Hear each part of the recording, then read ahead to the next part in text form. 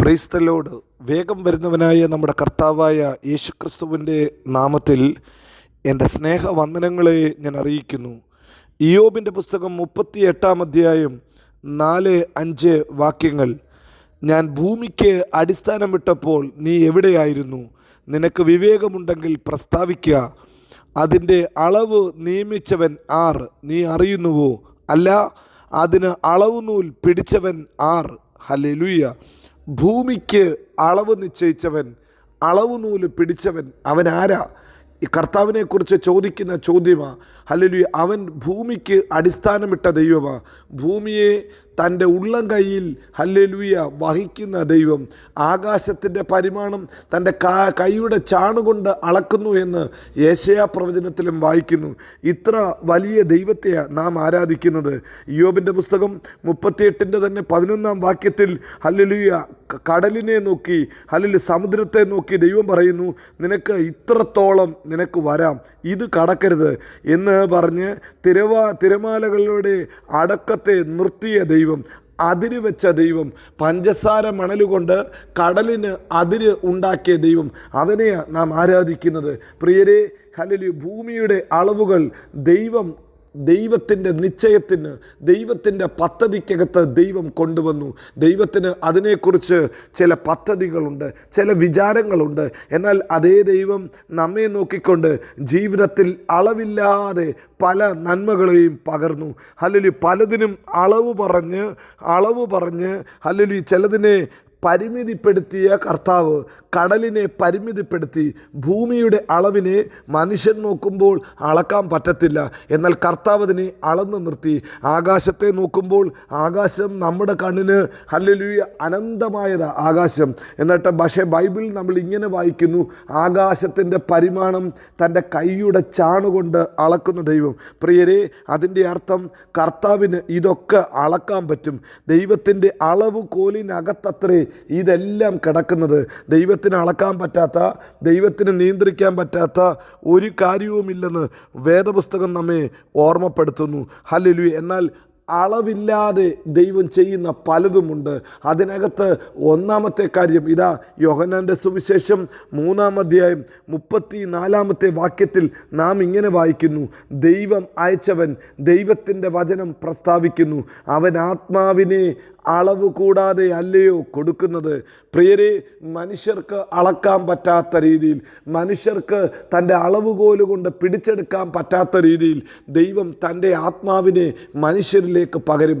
എല്ലാത്തിനും അളവ് നിശ്ചയിച്ച ദൈവം അളവില്ലാതെ തരുന്ന ഹല്ലേലൂയ ദൈവത്തിൻ്റെ ഏറ്റവും വലിയ ദാനമത്രേ അവൻ്റെ പരിശുദ്ധാത്മാവ്. പരിശുദ്ധാത്മാവിനെ അളക്കാൻ ഒരു ബുദ്ധിക്കും പറ്റത്തില്ല, ഒരു ശക്തിക്കും പറ്റത്തില്ല.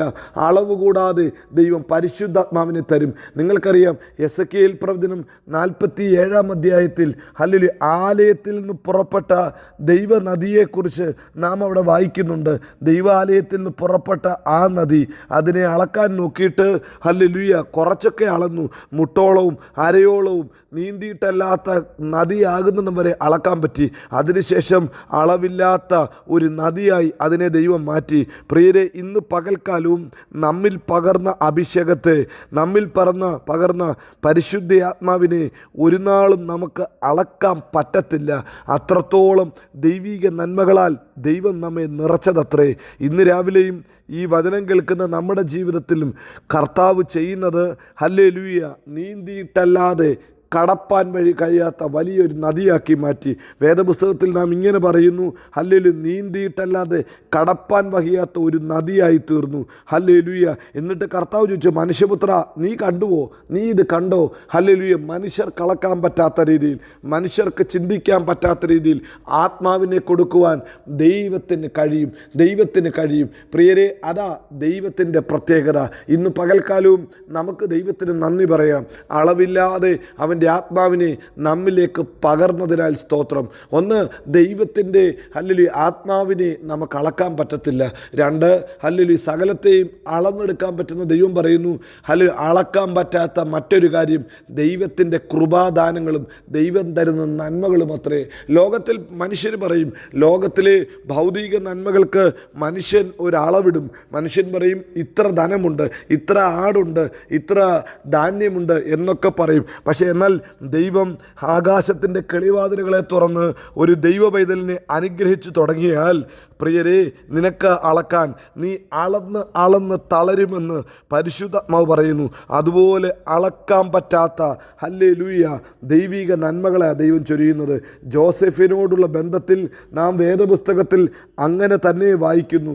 ഹല്ലേലൂയ. ഉൽപ്പത്തി പുസ്തകം 41 അധ്യായത്തിൻ്റെ അതിൻ്റെ 49 വാക്യത്തിൽ നാം ഇങ്ങനെ വായിക്കുന്നു, അങ്ങനെ ജോസഫ് കടൽക്കരയിലെ മണൽ പോലെ എത്രയും വളരെ ധാന്യം ശേഖരിച്ചു വെച്ചു.